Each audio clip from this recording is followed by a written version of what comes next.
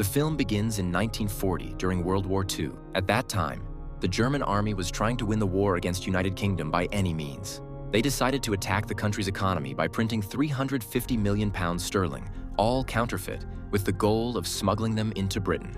We are introduced to the man in charge of this mission, named John, who is carrying the money but heading somewhere other than Britain. In the city of Birmingham, we meet a woman named Agnes, who is on her way to work at a weapons factory. When she arrives, there are many women working there. As soon as they see her, they take out sweets and start celebrating her birthday. But in the middle of this joyful moment, a bomb drops on the factory, destroying everything, and Agnes, along with everyone there, is killed. Later, we see the former leader of the Peaky Blinders, Thomas Shelby, who has decided to leave everything behind and live a gypsy life in the countryside and forests. Thomas is writing the story of his entire life. Suddenly, he hears a strange noise that gives him a severe headache and makes it hard for him to concentrate. He goes outside to find the source of the sound but feels uneasy even though he is alone. The hallucinations do not leave him and follow him wherever he goes. He sees a red scarf hanging from a tree branch. He takes it with him and feels as if the ghosts he sees are trying to send him a message. After that, we find him standing in front of Arthur's grave, and that's when we learn that he died 2 years ago. Then Dukes comes to him and tells him that someone is here to see him and has some bad news. Thomas goes to meet her and asks about it. She tells him that last night, his factory was bombed, and all the workers on the night shift were killed. Thomas asks her, "Why did you come to me? Since you're now a deputy, you should handle these problems yourself." She replies that people in situations like this need someone like him, not a deputy. At that moment, Thomas tells her that he himself is fighting a personal war inside his own mind. She reminds him that he has a real family, not just ghosts, and asks him, "When was the last time you spoke to your children?" He answers that he was never the ideal father and was always harsh with them. She then updates him about them. Charles is now fighting in North Africa, and his other son, Duke, has taken control of the Peaky Blinders gang and has become even more ruthless than him and Arthur. She tries to convince Thomas to come back with her and talk to Duke so he can guide him before he ends up like the rest of the family or gets arrested and executed. Thomas responds in a strange way, saying that he has been seeing things, and it got worse after Arthur died. He feels like he is losing his mind and no longer knows how to stop these hallucinations. Then he leaves her and walks away. Now we see Duke Shelby, Thomas's son. He and his gang raid a weapons warehouse, and no one is able to stop them. One of the men there starts shouting and asks, "Who do you think you are? Don't you have someone in charge of you?" Duke walks up to him and says, "What did you just say?" The man refuses to back down and tells him that he should be arrested. At that moment, Duke understands his attitude and tells him, "From now on, consider us the police of this area. And right now, we're on duty. It's better for you to step aside and not get in our way." He signals to one of his men, who gathers everyone there and starts threatening, saying that anyone who stands in their way while they're working will have their home found and their entire family destroyed. The man speaks again to Duke and says, "You might be able to scare the police chief with your gang, but you don't scare me.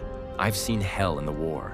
Things you could never imagine." Duke replies that he is a brave man, but a fool, then strikes him hard, paralyzing him, while his men start beating the others.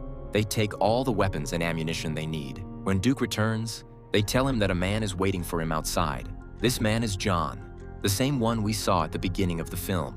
Duke goes to him and asks why he came. John tells him that his job is to funnel gang money into the British economy, and in return, they take a 20% cut. Duke agreed without thinking too much, but John looked down on him and said, "Bring me someone older than you to talk to." He added that he originally wanted to reach his father to make the deal. At that moment, Duke pulled out his gun and smashed the window of John's car that was parked outside, then told him, "Now I'm the boss of the gang, and you'll be dealing with me." John replied, "Since you're the one in charge, I need to ask you something. Are you ready to take part in a betrayal that could turn the war in Germany's favor?" Duke answered that he doesn't care about politics and just lives his own life. John then told him that he would test his loyalty in the coming days. In another scene, we see Thomas returning to his house. He feels like someone is inside, so he pulls out his gun and starts searching. Suddenly, he hears a noise and goes toward it, only to find a woman standing in front of him. He tells her, "No one enters my house without permission," but she replies that she only came to deliver a message. She walks toward the books he had been writing, but Thomas quickly rushes to stop her from touching them. Then he looks closely at her face and is shocked to realize that she is the same girl he has been seeing in his hallucinations. When she saw him, he became confused and overwhelmed. She explained that his assumptions were wrong. She told him that Zelda had died a long time ago, but sometimes she still connects with her in her dreams and hears her voice. Now she has come to him carrying a message from her. Thomas realizes that she is Zelda's sister, the woman he once had a relationship with, and the one who gave birth to his son, Duke. She confirms this and tells him that her name is Carl, reminding him that he has a son with her sister. Thomas asks her to get straight to the point and tell him what the message is. She tells him, "Your son is in serious trouble, and he's working with people who are going to destroy everything we built." Thomas replies that he can't help because he has retired and has no intention of coming back. She responds, "If you come back just for your son, my sister and I will help you find the peace you're looking for." In another scene, Ada goes to her nephew to try to guide him away from the dangerous path he's on. When she starts threatening him indirectly, he responds, "Arthur is dead. Polly is gone. Gerald too. And my father has lost his mind. You're the only one left. And all you have are words. You don't actually do anything." At that moment, we see Thomas writing about his suffering after World War I, and how, even though he returned physically unharmed, the war remained trapped inside his mind, and he could never forget it. He describes himself as someone being tortured, unable to truly live his life, yet unable to die either. As soon as he finishes writing, he finds Carl standing in front of him, holding the red scarf. He asks her where she got it, and she tells him she found it placed on a grave. She then asks him if it's true that Arthur took his own life, as people say, but he refuses to answer. After that, she confesses something shocking. She says that she is now the spirit of Zelda, speaking through her, and that she has taken over her sister's body just to be able to talk to him. Thomas, of course, doesn't believe her at first, but she surprises him when she tells him that the red scarf belongs to his daughter, Ruby, and that she was the one who left it hanging on that tree. She proves it by telling him things that no one else could possibly know.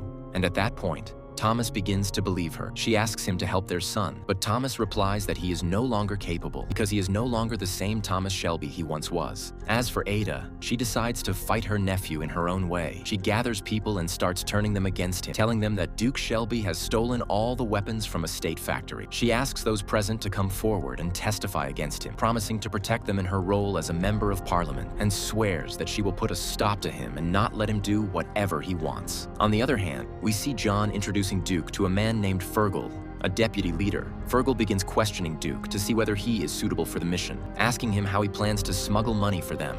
Duke explains that he owns 3 ships at the port, which he uses to smuggle goods and weapons, and that no one is able to inspect them. He also assures him that everyone there is loyal to his family and works under his command. John then steps in and tells them that he has already investigated Duke and knows the truth about him before bringing him here. Fergal seems surprised and asks John, "Is what you told me about him true?"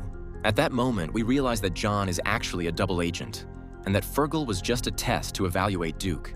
Duke settles it by killing Fergal on the spot, thus passing the test and proving to them that he has no loyalty to any country or political side. After that, he sits down with John, who reveals to him that he works with powerful and influential people, figures with strong political connections, including politicians and decision-makers. They agree to continue with the plan, and the next day, Duke will gather the ships and head to Liverpool to collect the money from there. We then return to Carl, who is now claiming to be Zelda's spirit. She asks Thomas if he wants to know what his brother said to her. She tells him that his brother Arthur said Thomas was not alone that day, and that he shouldn't blame himself for what happened. Thomas tries to silence her, but she continues, saying that the world believes Arthur took his own life, but that's not the truth.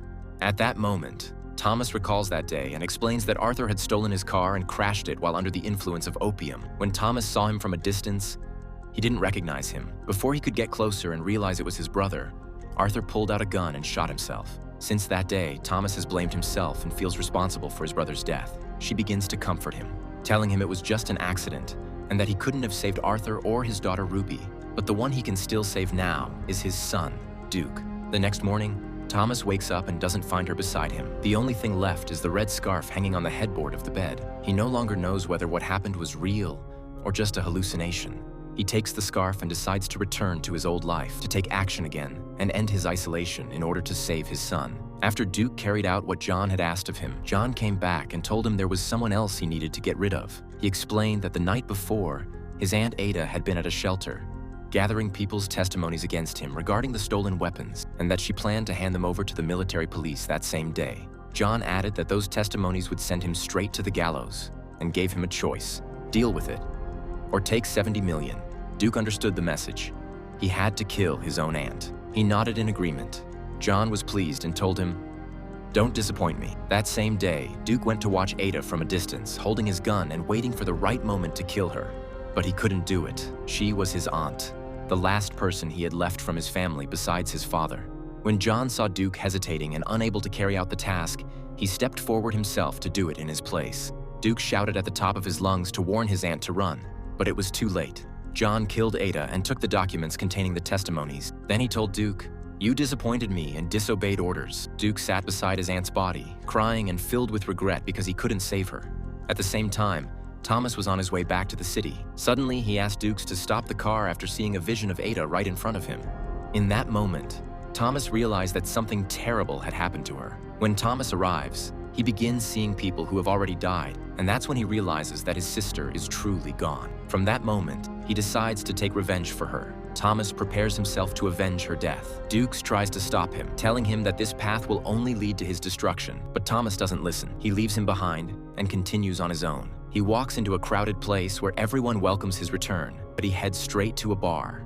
He stops the music and tells everyone that he's looking for his son, Duke. At that moment, a drunk soldier stands up and, not recognizing him, starts threatening him. He says that if Thomas doesn't turn the music back on, he'll make a fool out of him in front of everyone and make sure he never forgets that day. Thomas stays silent until someone in the crowd recognizes him and shouts, "That's Thomas Shelby!" The drunk soldier doesn't care and says mockingly, "Who even is Thomas?" He starts insulting him, and the people around begin laughing with him. Then Thomas finally speaks and says, "Isn't there anyone here who can explain to these people who I am?" The soldier pulls out his gun and threatens him again, demanding that he turn the music back on. Thomas responds calmly, "Since you insisted, here you go."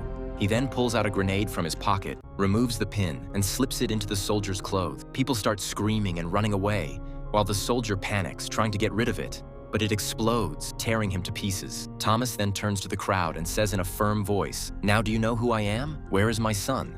Afterwards, Thomas found his son Duke and began confronting him directly. Duke confessed to Thomas that he didn't kill Ada. He told him that John had ordered him to do it, but he couldn't go through with it. He began blaming Thomas for abandoning him and leaving him alone, and now Thomas was just acting like a grieving father. Thomas didn't respond to his words and continued pressing him for the truth, until Duke finally admitted, "John is the one who killed Ada." Thomas then went to the morgue where his sister was, asking Dukes to leave him alone. He approached her body and spoke with deep grief. "Everyone's dead, and I, the one who wished for death more than anyone, am still alive." He began blaming himself for not going back with her when she came to him and asked for help. If he had, she might still be alive and he could have protected her. In the end, he admitted to himself that he too had a hand in his brother Arthur's death. It turns out that it was neither an accident nor suicide. The truth was that Thomas, drunk at the time, had caused Arthur's death during a hysterical outburst, as he wanted to be rid of him and his control over him.